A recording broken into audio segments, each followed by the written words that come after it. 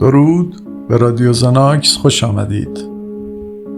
در مرزهایی فراتر از فکر و خیال، در زمانی که تخیل حکمرانی کرده و مکانی را دور از انتظار خلق می کرد، جنگلی با درختانی سیاه برگ و شاخوانی کج و کوله جمعیت اندکی را محل سکونت شده بود. ساکنان جنگل را حیواناتی تشکیل می‌دادند که هر کدام از دسته و گروه خود با دلایلی خردمندانه طرد شده بودند. یکی از ساکنین جنگل کلاغی سیاه با دمی سپید بود که حوصله‌اش از سوت و کور بودن جنگل به طاق آمد. بر فراز جنگل به پرواز در آمده و فریاد می‌زد که هر که هستی، هر کجا که هستی، اگر صدایم را میشنوی به هنگام بالا آمدن مهتاب در کنار درختی باش که از همه بلندتر است. کلاغ چندین بار اینها را گفت و بر پایین ترین شاخه درخت بلندی که وسط جنگل بود نشست. ماه به آرامی بالا می آمد و کلاغ که آمدن کسی را انتظار نداشت خود را تک و تنها می پنداشت که ناگهان صدای خشخش برگ ها برقی در نگاهش انداخت. هزار پایی رنگارنگ را دید که به آرامی بر روی برگ های ریخته از درختان حرکت می کرد تا به نزدیکی درخت بلند رسید. کم کم صداهایی از حرکت به سوی مرکز جنگل با به هم خوردن بوته ها خبر می دادند.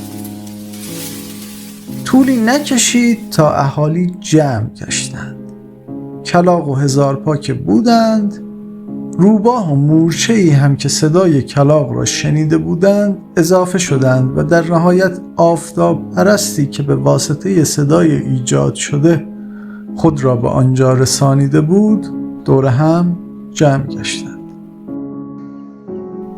کلاغ کاکلش را تکان داد و گفت فقط همین؟ یعنی فقط ما 5 تا در این جنگل به این بزرگی هستیم؟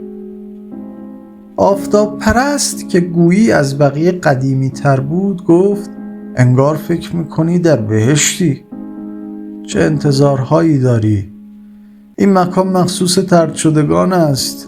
ساکنینش اغلب بعد از رسیدن به اینجا دوام نمی آورند. خب حالا بگویید ببینم علت حضور شما در اینجا چیست؟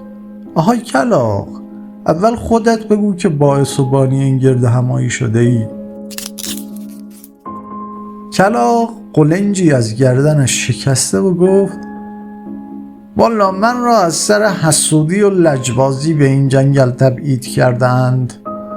از آنجایی که هم از ظاهر یک سر و گردن بالاتر از دیگران بودم، هم بالاتر از آنها بر فراز ابرها پرواز می کردم، دست به یکی کرده مرا به اینجا فرستادند.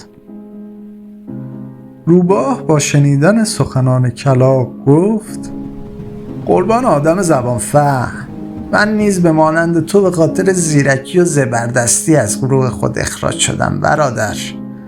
گله مرا حیله‌گرتر و زرنگتر از من نبود. طاقت تحمل این استعداد را نداشتند. سپس مورچه که از شنیدن سخنان کلاغ و روباه شیر شده بود گفت من نیز سینه سوخته زحمت و کار زیادم. اگر بگویم چرا مرا به اینجا فرستادند خنده تا میگیرد. من انباشت 10 سال را در عرض 1 سال در آذوقه خانه مورچه ها جمع آوری کردم که عاقبتم شدی این. آمدیم ثواب کنیم کباب شدیم. هزارپا که هنوز جمع و جور نگشته بود گفت نوبتی هم که باشد نوبت من است. من نیز قربانی حسادتم. مگر من مسئول حرکت دیگر هزارپاها هستم؟ شما بگویید به من چه آخر؟ چرا باید کمک کنم؟ من جور خودم را به گردن بکشم شاهکار کردم. مرا نیز به هنگام تشکیل گروه چون کسی حاضر به هم گروه شدن با من نشد طرد کردند. واقعا که چه میتوانم بگویم از این جفاکاران؟ کلاغ در میان صحبت‌های داغی که رد و بدل می‌شد رو به آفتاب پرست کرد و گفت خب حالا نوبت توست، بگو ببینم تو چرا اینجایی؟ آفتاب پرست با خنده‌ای رو به کلاغ گفت بگذار ابتدا علت حضور شما را به خودتان بگویم که انگار هیچ از کرده خود نمی‌دانید. کلاغ جان، شما را سایر کلاغ‌ها طرد کرده اند نه به خاطر بهترین بودنت، به خاطر اینکه به جای کلاغ بودن ادای عقاب در آوردن را پیشه کرده بوده ای. آقای روباه، هرچه هم زرنگ باشی و حیله‌گر، در خانه خود باید درستکار باشی و امین. شما را به خاطر دزدی از خانه به اینجا طرد کردند. مورچه به هیکلت نمیخورد، اما تو را به خاطر طمع و حرص فیل مانندی که داری اکنون در اینجا میبینم.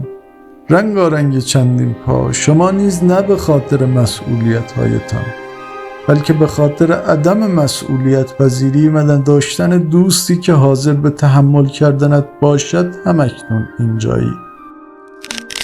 آفتاب پرست که خشم را از چهره سایرین سرازیر میدید گفت دوستان صبر کنید، من نیز به علت اینجا حضور دارم که خواهم گفت. علت حضور من یکرنگی با همه و صافی و صداقت در سخن گفتن است.